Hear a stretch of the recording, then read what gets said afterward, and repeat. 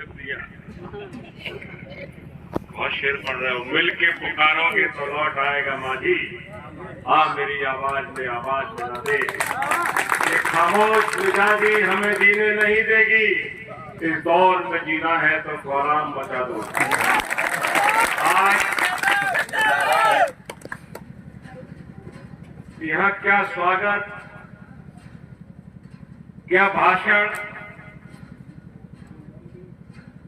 मैं अपने लिए फख्र महसूस करता हूं कि मुझे बिसौली विधानसभा जैसी सरजमी पैदा होने को मिली। मुझे फख्र है कि मैं मानपुर में पैदा हो गया और जिनके लिए लोग उत्तर प्रदेश में, जिले में और जिले के बाहर, उत्तर प्रदेश से भी बाहर, मैंने कुछ अच्छे कर्म किए होंगे जो मुझे इतने अच्छे घर में जन्म मिला और इतने अच्छे पिता मिले। आज उन्हीं का आशीर्वाद है कि मैं आज आपके सामने खड़ा हूं। ये अलग बात है, एक फंक्शन के लिए एक चीज, कोई भी चीज एक तरीका होता है। जब अपने ही घर में अपना ही स्वागत हो तो मैं समझता हूं कि इससे बड़ी उस आदमी के लिए कोई भी बढ़िया दुनिया की दौलत नहीं हो सकती। आज आपने मेरा स्वागत किया, बादाम सिंह जी ने मुझे यहां बुला लिया, इतने सब लोगों के हाथ जोड़ने का मौका दे दिया। आज मंच पर नहीं है बाबूजी राजेंद्र सिंह जी। बहुत हम जब मिलते थे तो कहते थे, तो हमारे वालिद, हमारे पिताजी उनसे बहुत मोहब्बत रखते। आज उन्हीं के साहबजादे हैं, आज मंच की अध्यक्षता कर रहे हैं। पप्पू भैया जी, उनका बेटा भी नीचे मुझे मिला, हिमांशु के साथ बैठे हैं मंच पर। ये तीन पीढ़ियों का रिश्ता कोई मामूली रिश्ता नहीं है। सैयद मिर्जा साहब बैठे हैं, ताहिर मियां साहब बैठे हैं, तारिक मियां साहब बैठे हैं, हमारे प्रधान जी बाबूराम यादव जी, सुरेंद्र यादव जी, जगदीश नरेश नेताजी, रामवीर सिंह जी, सफेदार सिंह जी, चंद्रकेश यादव प्रधान जी, नन्हे हाजी जी और रनीश कुमार जी पूर्व प्रधान, और मंच पर हमारे साथ आए। ये मेरे मेहमान इसलिए हैं कि मेरे घर में आए हैं। आदरणीय चौहान साहब, भाई शकील जी, अशोक कह रहे थे कि बिसौली के लोग बोले, शायद बिसौली और शेखपुर में कुछ बटा नहीं है, एक ही बात है। आदरणीय वकील साहब, बबलू भाई, अफजल भाई, रजनीश भाई, जावेद भाई, ये सब लोग मेरी मोहब्बत में मेरे घर में आए तो मैं इन सबका अपनी तरफ से इस्तेमाल करता हूँ। शिवाज के परिवार के आदमी को इन्होंने बादशाह बना दिया। मैं जितनी भी इनकी तारीफ करूं, शेखपुर वालों की तारीफ करूं, और जब मैं कहीं, बाबूजी भी जाते थे तो बिसौली के नाम से पहचाने जाते थे। मैं भी जब कहीं एमएलए रहा और कहीं गया या अध्यक्ष के तौर पे भी कहीं गया तो आज भी मेरे दस्तावेज में मानपुर का नाम दर्ज है। मैंने बदलवाई नहीं, मैं शेखपुर में भी मेरा घर है, जमीन है, जायदाद है, पर मुझे बिसौली की जमीन से मोहब्बत इसलिए है कि मैं यहीं का बासिंदा हूँ, यहीं पैदा हुआ और यहीं दफन होना चाहता हूँ। इसलिए ये जमीन मामूली जमीन नहीं है, और जब ये मामूली जमीन नहीं है, आपके बच्चे पर, आपके भाई पर, आपके दोस्त पर जब राष्ट्रीय यादव अखिलेश यादव ने भरोसा किया है तो ये जिम्मेदारी अध्यक्ष पद की मेरी अकेले नहीं है, ये आप सबकी जिम्मेदारी। ये जिम्मेदारी आप नहीं निभाओगे तो कौन निभाएगा? कार्यालय में एक परंपरा थी कि मुझे कार्यालय जाना था, तो चौहान साहब ने कहा कि कार्यालय में मीटिंग बुला लो एक दिन। और यकीन करो मैंने किसी को अपनी तरफ से फोन नहीं किया। अशोक ने किया, चौहान साहब ने किया, डॉक्टर साहब ने किया, डॉक्टर वकील साहब अजय साहब ने किया। ये लोग सब वो बैठे हैं जो ये चाहते हैं कि आपके लड़के की जब ताजपोशी हो, आपके भाई की ताजपोशी बधाई में हो, तो कार्यालय पे बहुत अच्छी तरह से लोग उसको अच्छा करेंगे। आपका कद बड़ा है, बदायूं का कद नहीं बढ़ा। अब सबसे पहले बिसौली का कद बढ़ा, उसके बाद बदायूं का और सेवकों का कद बढ़ा। और मैंने ये तय किया था कि अगर मैं सबसे पहले कहीं जाऊंगा तो बिसौली में जाऊंगा। मैं अभिषेक को मैं धन्यवाद दूंगा बादाम सिंह जी को कि आपने यहाँ बिठाने की इतनी बढ़िया व्यवस्था की, और आपने जो फूल की मालाएं मुझे पहनाई। ये बात सच है कि जब घर के किसी छोटे बच्चे को बड़ी जिम्मेदारी मिलती है तो बहुत काम करना पड़ता है, बहुत ज्यादा काम करना पड़ता है। मुझे अपनी इज्जत से ज्यादा आप लोगों की इज्जत की फिक्र है। लोग ये कहें कि आशीष यादव अच्छा है, आशीष यादव जब अच्छा होगा तो बिसौली का एक एक आदमी, एक एक लड़का, एक एक बुजुर्ग, एक एक नौजवान अच्छा होगा। यही मेरी ख्वाहिश है, यही तमन्ना। ये फूलों का तो कर्ज है पूरे मुझ पर। जब ये फूल आपका नाम रोशन बदायूं में, बदायूं के बाहर भी करेंगे, राष्ट्रीय अध्यक्ष अखिलेश यादव जिस दिन ये कहेंगे कि बदायूं का जिला सबसे अच्छा जिला साबित हुआ, उस दिन आपका कद और मेरा कद दोनों बढ़ जाएगा। ये जिम्मेदारी मैं अकेले नहीं निभा सकता था, आपके भरोसे पर मैं बन के आया हूं। और आपका भरोसा सिर्फ इसलिए, आने वाला है पार्लियामेंट का चुनाव। चुनाव में आपको साबित करना है कि आशीष के लिए आप क्या माला पहनाना चाहते हो, कद उसका कहां रखना चाहते हो। जिस दिन आपने पार्लियामेंट में ये साबित कर दिया कि बिसौली विधानसभा एक ऐसी है जो समाजवादी के नाम से पहचानी जाती है, उसके मेंबर ऑफ पार्लियामेंट 70,000 वोटों से आगे निकलना है। मत देखना आशीष यादव को, मत देखना और किसी को। याद कर लेना बुजुर्गों को, मुझे याद करना, बालिद को याद करना, नेताजी को याद करना, जिसके साइकिल से आप पहचाने जाते हो। होगा कोई कैंडिडेट, और यहाँ तो आपके उनके घर के चश्मो चराग, नेताजी के परिवार के खून का हिस्सा, जब नेताजी ने आपकी झोली में डाल दिया, ये ऐसी मामूली बात नहीं है। कोई भरोसा किया बिसौली पर, बदायूं वालों पर, और भरोसा इसलिए क्या कि मेरे वालिद यहाँ, मेरे पिता यहाँ पे अध्यक्ष हुआ करते थे और नेता यहाँ के जिला उन्हीं के नाम से पहचाना जाता था। सब राष्ट्रीय अध्यक्ष नहीं थे, माने नेताजी से मांग करके लाए थे, और नेताजी ने भरोसा किया। आप बताओ क्या नेताजी के चश्मो चराग को, नेताजी के उस दिया को क्या आप रोशन नहीं करोगे? तभी तो आशीष यादव का बनने का कुछ फायदा होगा। मैं चाहता हूं कि जिस दिन धर्मेंद्र यादव साहब यहाँ से 70 या 80,000 वोटों से जीतेंगे, उस दिन आशीष यादव का कद पूरे उत्तर प्रदेश ये है। मैं तो तुम्हारा हूं। आपको तो 2-2 एमएलए, 3-3 एमएलए मिले, एक एमएलए ये, एमपी ये। मैं तो रूप में हूं, मैं तो हूं आपका, मैं तो रूप में हूं आपका एमएलए।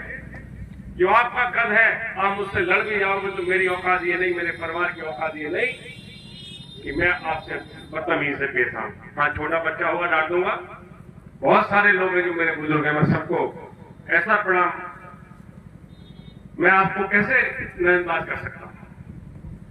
क्योंकि जो आदमी अपने घर में ना इज्जत पाता हो, ना घर वाले उसकी इज्जत करते हो, उसे समाज में भी कहीं धोखा मिलता है, तो समाज में अच्छा नहीं रहता। और उसी का नतीजा है कि जब मैं आपकी इज्जत कर रहा हूं तो आप भी मेरे मान और सम्मान को रखोगे। परिस्थिति बहुत अलग है, परिस्थितियां बहुत खराब है। खराब तो यह है, मैं तो कहता था कि हिटलर को हमने देखा नहीं है, हिटलर को हमने सुना है, पढ़ा है। और जो लोग हिटलर के बारे में थोड़ा बहुत पढ़े होंगे, जाने होंगे, या बहुत बुजुर्ग होंगे, उनसे पूछना कि अंग्रेजी हुकूमत की बात, तो शायद आज की सरकार की बातें और हिटलर की बातें आपस में मेल खाती होंगी। नहीं खाती है। हम 4 आदमी इकट्ठे होकर के अपने आपस में बातें नहीं कर सकते, सलाह नहीं कर सकते, हम सही बात को सही नहीं कह सकते। जब इतनी हम पर पाबंदियां लग जाएंगी तो शायद हिटलर भी इतने क्रूर नहीं रहा होगा जो आज की हुकूमत इतने क्रूर है। हमारी आवाजें बंद हो रही है, हम अपने दर्द को भूख को चिल्ला भी नहीं सकते। आप बताओ, हम लोग काम मांगने गए थे और आपने भिखारी बना दिया। 5 किलो गेहूं चावल दोगे आप तो बाजरा भी देने लगे। बताओ कौन खाएगा बाजरा? गेहूं 2 किलो, बाजरा 2 किलो। पूछो गर्मी में कौन बाजरा खाएगा? तुम तो एसी में रहने वाले लोग हो, गर्मी में तो जानवर भी बाजरा नहीं खाते। हम इसके लिए सरकार बनाई थी कि भारतीय जनता पार्टी की सरकार इसलिए बनाई थी कि हमारे बच्चों को तुमने वायदा किया था कि हम 2 करोड़ नौकरियां देंगे। हमने सरकार तुम्हारी इसलिए बना दी कि हम तुम्हारे धोखे में आ गए। तुमने गरीबों का मजाक उड़ाया कि 15 लाख रुपए तुम्हारे खाते में देंगे। हमने तुम्हारी सरकार इसलिए बनवा दी कि तुमने कहा था कि हर दीपावली पर, होली पर सिलेंडर मुफ्त मिल जाएगा। हमने इसलिए नहीं बनाई कि तुम डीजल के भी दाम बढ़ा दो और हमारे खाद के कट्टा में से 5 किलो यूरिया का। इसलिए सरकार बनाई हम गुमराह हो गए। अब जाग जाओ, कोई जगाने ऊपर से भगवान नहीं आएंगे आपको। मेरी बात मान लेना, मैं बाहर निकलता हूँ, जाता हूँ लोगों के बीच में, मैंने महसूस किया है। और आप बताओ कि मैं भाषण कोई नहीं दे रहा। अगर कोई प्रधानी लेवल का आदमी है, आज ये हो गया गांव में, अगर प्रधान जी घर में बिस्किट रख के जाते हैं तो अपनी पत्नी से कह के जाते हैं कि देख इसको बच्चों को छूने मत देना, हो सकता है दरोगा जी या लेखपाल साहब आ जाए। बताओ, अपने बच्चों का बिस्किट लाने के लिए हम उसे बिस्कुट लेके जाते। यहाँ तक हमारी स्थिति चरमरा गई, यहाँ तक हमारी स्थिति खराब हो गई। और आप बताओ, जब यहाँ तक स्थिति खराब है तो भुखमरी से कितने दूर हो आप भुखमरी से मरने लगोगे। बचा लो अपने आप को। अगर अपने बच्चों से मोहब्बत रखते हो तो बच्चों को पूछो कि आप पर कोई जवाब है। जब आपका लड़का पूछेगा कि हम अखिलेश यादव ने क्या मांगा, एक वोट अगर उसे अखिलेश यादव को दे देते तो हमारे लिए पढ़ाई के लिए लैपटॉप मिल जाता, हमारे लिए नौकरी मिल जाती, हमारी फीस माफ हो जाती। बूढ़ी माँ की आंखों में आंखें डाल के पूछो कि हमें वृद्धावस्था पेंशन मिल जाती। अगर आपने अखिलेश यादव को वोट नहीं दिया तो सब बंद हो गया कि नहीं? बताओ, उनके सवालों का जवाब है हमारे और आपके पास कोई? आप तो मेरे अपने हो, इसलिए अपने घर में बातें कर रहा हूं मैं। आपसे नहीं करूंगा तो किससे करूंगा? हम मुसीबत में हैं। हम इसलिए मुसीबत में हैं कि हमारे आने वाला कल मुसीबत में है, हमारे बच्चे मुसीबत में, हमारे लोग मुसीबत में हैं। हम राजा महाराजा के घर में पैदा नहीं हुए, छोटा सी गांव में हम पैदा हुए, मानपुर में, पड़ोस में। कोई जमींदारी के घर में हम पैदा नहीं हुए। यहाँ पर जितनी बात सच है कि मुलायम सिंह की वजह से बहुत सारे जमींदार ऐसे हैं जो आशीष यादव के फैल चुके हैं, आशीष यादव का सम्मान करते हैं। 503 में से एक बेटा मेरा भी है जो आपने विधानसभा में पहुंचा दिया। ये है मुलायम सिंह और अखिलेश यादव के साथ। उस ताकत को पहचानो, उस ताकत को आप देखो और पकड़ो और जानो। कौन नहीं करता है पूजा? तो पंडित जी ने, गुरु जी ने मंत्र बोला था यही, चर मंगल मांगले शिवे सर्वार्थ साधके शरणे त्र्यंबके गौरी नारायणी नमस्ते। बोला था कि नहीं? ये नहीं कर रहे पूजा, या हम नहीं कर रहे? कहां भगवान को ढूंढ रहे हो? भगवान तो वही है जो मैं बोल रहा हूँ, वही तो भगवान है। जिस दिन भगवान मेरे अंदर से निकल गया बब्लू भाई, उस दिन मेरी बोलती बंद हो जाएगी। कहां जा रहे हो आप? क्यों पड़े हो मंदिर मस्जिद के चक्कर में? अगर भगवान मंदिर में हो तो हम बोल क्यों रहे? और अपने घर में मंदिर क्यों बना रहे? हम तो फिर उसी मंदिर में जाएंगे। अगर अल्लाह मस्जिद में है तो हम अपने नियत को बांध के जहां जानवा बिछाते हैं और वही नमाज पढ़ते हैं तो अल्लाह हमारी दुआएं कबूल करता है। हम किसको, हम कहां बैठा में हम पढ़ गए? हमारा सबसे पहले मंदिर और मस्जिद ये है कि जो हमारा परिवार है, हमारा घर है, हमारे अपने, हमारे आने वाला मुल्क है, हमारे सल्तनत, हमारे लोग हैं, हम उनको कैसे जिंदा रखें, कैसे रखें। ये सबसे बड़ी पूजा है, ये सबसे बड़ी इबादत है। हम कैसे बच्चों के हाथ में किताबें दें, हम कैसे उनको नौकरियां दें, कैसे गरीबों के हम घर में चूल्हा जले, ये सबसे बड़ी इबादत यही होगी। इस इबादत को हमें और आपको करना है। भारतीय जनता पार्टी इस इबादत को कभी नहीं करेगी। लोग आपकी तरफ देखते हैं। हमने जब अखिलेश यादव जी पहली बार मुख्यमंत्री बने, हम भी विधायक बने थे, हम भी विधायक थे। 27 दिन लखनऊ हम रहे, 27 दिन हर तांगे वाले, हर रिक्शे वाले के रिक्शे पे ढोल था और अखिलेश यादव जिंदाबाद के नारे लगा। वो ढोल वाला ये था कि कब अखिलेश यादव आएंगे तो उनके घर में चूल्हा जलेगा। उनको खुशी थी भारतीय जनता पार्टी की सरकार बनी, कार्यालय के बाहर रंग फूल गुलाल, ये कहाँ है गरीब के पास, उसकी जश्न मनाया आपने।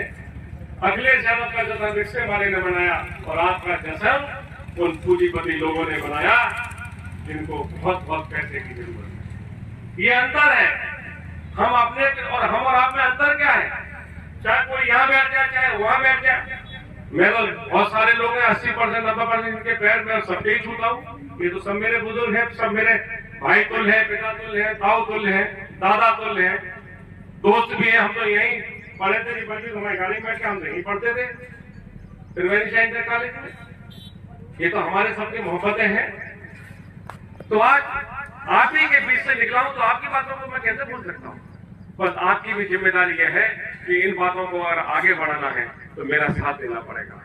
हम लोगों को यह साथ दिलाना पड़ेगा कि हमारे तो नेताजी कहते हैं कि जिंदा कौमें 5 साल इंतजार नहीं करती। ये लोहिया जी भी कहते थे हम जिंदा कौम है और जिंदा कौम 5 साल इंतजार करेंगे। हमें आज से निकल जाना है। किसके लिए? अपने आने वाले कल के लिए, अपने बच्चों के लिए, अपने उन बच्चों के लिए चाहते हैं कि हम इज्जत की जिंदगी जिए।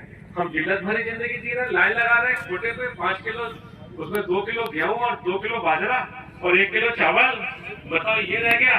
अगर किसी के घर को बर्बाद करना हो तो उसके बच्चे को ठलुआ और निकम्मा बना दो, फिर कुछ बिगाड़ने की जरूरत नहीं है। ये भारतीय जनता पार्टी आपके लिए निकम्मा बनाना चाहती है, आपको ठलुआ बनाना चाहती है, आपसे मोहब्बत नहीं करना चाहती है, आपका हुकूमत गुलाम बना करके हुकूमत करना चाहती है। यह है हमारी औलाद।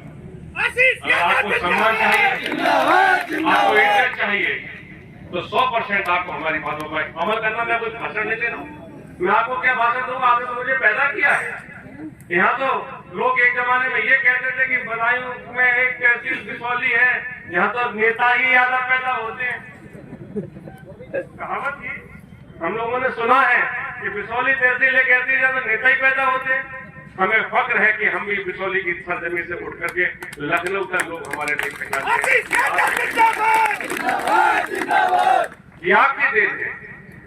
और ये देन मैं तो ईश्वर से प्रार्थना करता हूँ, अल्लाह से दुआ करता हूँ कि ये पहचान मेरे दिलों में और आपके दिलों में हमेशा रहे।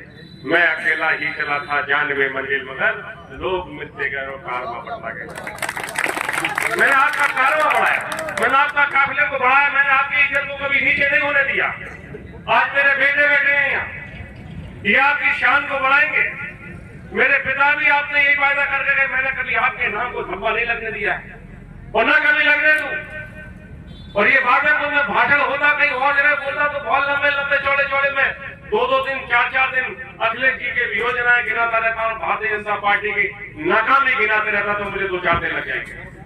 ये भाषण की बात नहीं है। मैं ये आपसे अपनी गुफ्तगू करने आया हूँ, अपनी बातें करने आया हूँ, परिवार की बातें करने आया हूँ, क्योंकि मैं परिवार का सबसे छोटा हूँ मैं आपका, और आपकी वजह से मुझे जिम्मेदारी बड़ी मिल गई है। इस जिम्मेदारी में निभाने के लिए आपका साथ चाहिए, आपका मन चाहिए, आपका कंधे से कंधा मिला के साथ। जो कह रहे थे कि लोग यहाँ से बिसौली से लोग गए शेखुपुर में लड़ाने, क्यों गए? कि ये किसी के बेटे थे, किसी के नाती थे, किसी के भतीजे थे, किसी के भाई थे। और मैं समझता हूँ कि इनके चाचा बहुत होंगे यहाँ, भाई कम होंगे। तो आज आपका सम्मान मेरे परिवार ने बढ़ाया, कभी बिसौली का नाम नीचा नहीं होने दिया। समाज भी बिसौली के नाम से पहचाने जाते हैं, मानपुर के नाम से पहचाने जाते हैं। लखनऊ जाएंगे तो भी, हमारे घर पे वहां भी एड्रेस होगा तो भी, हमने कभी अपना वोट यहाँ से खारिज नहीं करवाया। हमारा वोट हमेशा हमारे वालिद का भी, हमारे पिता का वोट यही रहा, हमारा रहा, हिमांशु का भी वोट यही, हमारी पत्नी का भी वोट यही, हमारे पास हमारा परिवार मौजूद नहीं है, हमारे भाई खड़ा है, सब खड़े हमारे परिवार। और ये मेरा तो परिवार सब पूरा ये बिसौली क्षेत्र परिवार है। मैं इस सरजमी को मैंने पहले ही प्रणाम किया था कि मैं बहुत खुशकिस्मत हूँ कि मुझे बिसौली जैसी सरजमी पर जन्म दिया। मैं अपने बहुत सारी चीजों को आपके हवाले करके जाना चाहता हूँ। हो सकता है बिसौली दौरे कम हो, पर बिसौली में हर आदमी आशीष यादव है और आशीष यादव के पिता पर नेताजी मुलायम सिंह जी ने भरोसा किया था और धर्मेंद्र यादव जी को यहाँ भेजा था। हमने भी रिक्वेस्ट किए धर्मेंद्र यादव जी से, हम चाहते हैं अखिलेश यादव जी धर्मेंद्र यादव जी के साथ जल्दी से कैंडिडेट घोषित करें और जब जीत का रिकॉर्ड हो तो बिसौली सबसे आगे हो। ये आपसे गुजारिश है, ये आपसे और जिस दिन आपने ये कर दिया तो मैं समझता हूँ कि आप एक ऐसा काम कर देंगे मेरी शान में। और मैं वैसे भी आपका कर्जदार हूँ, मैं उधार ही नहीं सकता, बड़ों का कर्ज क्या उतारना, ये तो मेरे घर परिवार की बात है। पर ये बात सच है कि जब आप ये काम कर दोगे तो मेरा कल बढ़ जाएगा। इन्हीं शब्दों के साथ आपने मुझे यहाँ बुलाया।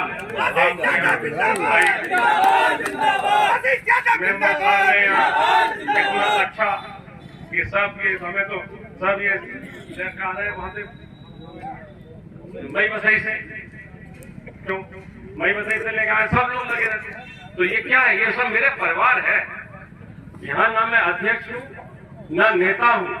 हाँ, बदायूं में हो सकता हूँ नेता हूँ। और एक परिवार मैंने शेखुपुर में भी बनाया है, जो हमेशा मेरे इस परिवार से मैं गुजारिश करूंगा कि शेखुपुर का भी मान और सम्मान उतना ही हो। इसीलिए मैंने इन लोगों का स्वागत किया। ये स्वागत योग्य है कि आपके परिवार का वजूद इन्होंने कायम रखा है। मेरा वजूद परवान था। मैं यहाँ से चला गया, फिर भी अपने घर में देखो, पालने वाले का काम ज्यादा बड़ा नाम होता है पैदा करने वाले से। तो आपने मुझे पाला है, इन लोगों ने पैदा किया है, और पैदा करने वाले और पालने वाले दोनों मंच पर मैं आपको सबको प्रणाम करता हूँ। आगे सामने बैठे हुए अपने बुजुर्गों को, नौजवान साथियों को, सबको इस उम्मीद के साथ प्रणाम करता हूँ। मेरी इज्जत अब आपके हवाले है और आज से ही हम अपने लिए, अपने बच्चों के लिए, आने वाले कल के लिए और उस सपने के लिए कि हम इज्जत से सब जीना चाहते हैं, और इज्जत हम तब जी पाएंगे जब अखिलेश यादव के हाथों में कमान होगी। इन्हीं शब्दों के साथ मैं आपका बहुत बहुत वंदन, अभिनंदन करता हूँ। जय हिंद, जय भारत, जय संविधान।